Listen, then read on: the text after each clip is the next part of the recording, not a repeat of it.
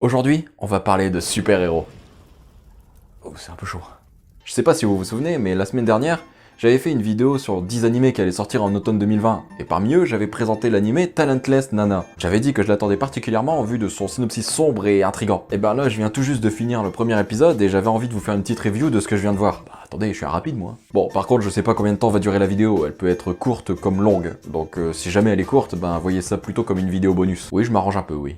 Talentless Nana, ça raconte l'histoire de Nanao Nakajima, un étudiant de la classe d'élite des héros, une école isolée sur une île afin de former les prochains héros qui seront susceptibles de combattre les ennemis de l'humanité. Nanao n'a jamais montré ses pouvoirs à ses camarades. De ce fait, les autres élèves le croyant sans pouvoir passent leur temps à le persécuter. Un jour, une nouvelle élève arrive dans la classe, Nana Hiragi, une jeune fille plutôt mignonne, très intelligente et qui montre très vite un intérêt pour Nanao. Nana dit pouvoir lire dans les pensées des gens, c'est pourquoi elle a été choisie pour faire partie de l'école d'élite des héros. Se montrant très compréhensive avec lui, Nanao décide de lui faire confiance et se confie à elle peu à peu. Cependant, Nana semble cacher un secret inquiétant, et peut-être même meurtrier.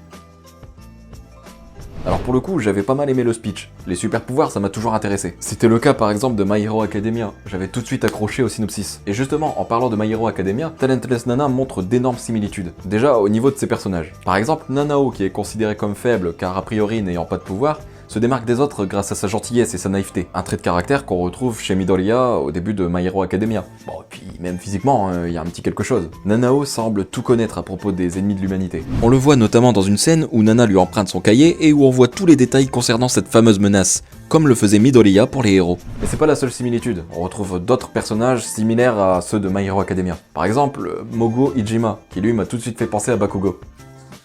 Ouais, non, pas physiquement, je vous l'accorde, mais c'est surtout au niveau du caractère. Moguo, son pouvoir, c'est le feu. Bakugo, c'est les explosions. Moguo, il a un caractère vraiment bagarreur, qui cherche toujours la castagne et qui s'énerve très facilement. Tiens, comme Bakugo. Et dans Talentless Nana, il y a encore beaucoup de personnages qui ont des grosses similitudes avec ceux de My Hero Academia. Bon, malgré tout, je pense pas qu'on puisse parler de plagiat, mais plus d'inspiration. Bah ouais, le premier tome de My Hero Academia est sorti en 2014, tandis que celui de Talentless Nana est sorti en 2016. À part quelques similitudes au niveau des personnages, le speech est totalement différent. Bref, retournons à la review. Ce premier épisode est plutôt là pour nous introduire l'histoire, l'univers et même les personnages. On en apprend plus sur Nanao qui semble être le personnage principal de l'histoire. Son passé, pourquoi il fait partie de l'élite, sa personnalité, mais aussi et surtout son pouvoir. Honnêtement, même s'il y a beaucoup de blabla dans ce premier épisode, je me suis pas ennuyé une minute en fait. L'univers est plutôt agréable, et l'introduction à l'histoire assez mystérieuse pour nous donner envie d'en savoir plus. En réalité, ce qui m'a plu dans cet épisode, c'est qu'au premier abord, on pourrait croire que l'histoire paraît plutôt simple. Une bande d'adolescents éduqués à combattre le mal.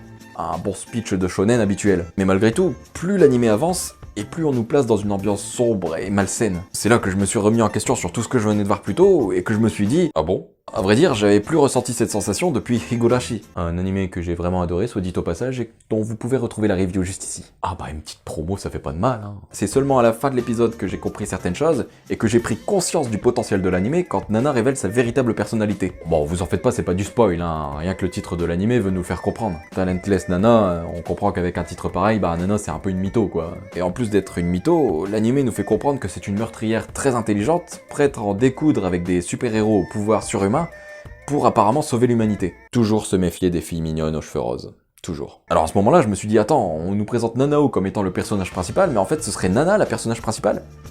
Je suis paumé là. Et c'est justement ça que j'ai aimé, que l'animé joue avec notre mental pour nous faire croire une chose, et qu'au final on nous révèle que la réalité est totalement différente. Oui, j'ai bégayé. Non, ça ne te donne pas le droit de te moquer. Étant intrigué par cet épisode, j'ai donc été voir la fiche du manga. Et oui, dans les genres, il est bien indiqué psychologie, donc je doute pas que l'animé va continuer à jouer avec notre mental tout au long du déroulement de l'histoire. Ah bah, j'ai déjà pris des dispositions avec mon psy pour qu'on se voit à chaque fin d'épisode, hein.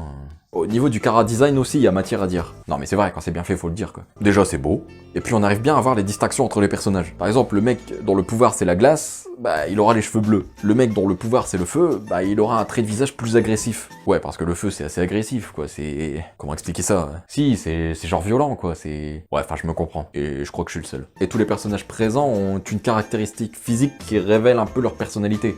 Comme Nanao par exemple qui paraît tout frêle, rappelant ainsi son côté passif. Mais ce qui est intéressant, c'est que le chara-design de Nana, il est poussé à son paroxysme, pour vraiment que dès qu'on la voit, on se dise « Elle est gentille ». Ça se voit direct, elle est gentille, elle. Ah, j'ai les yeux pour ça, moi.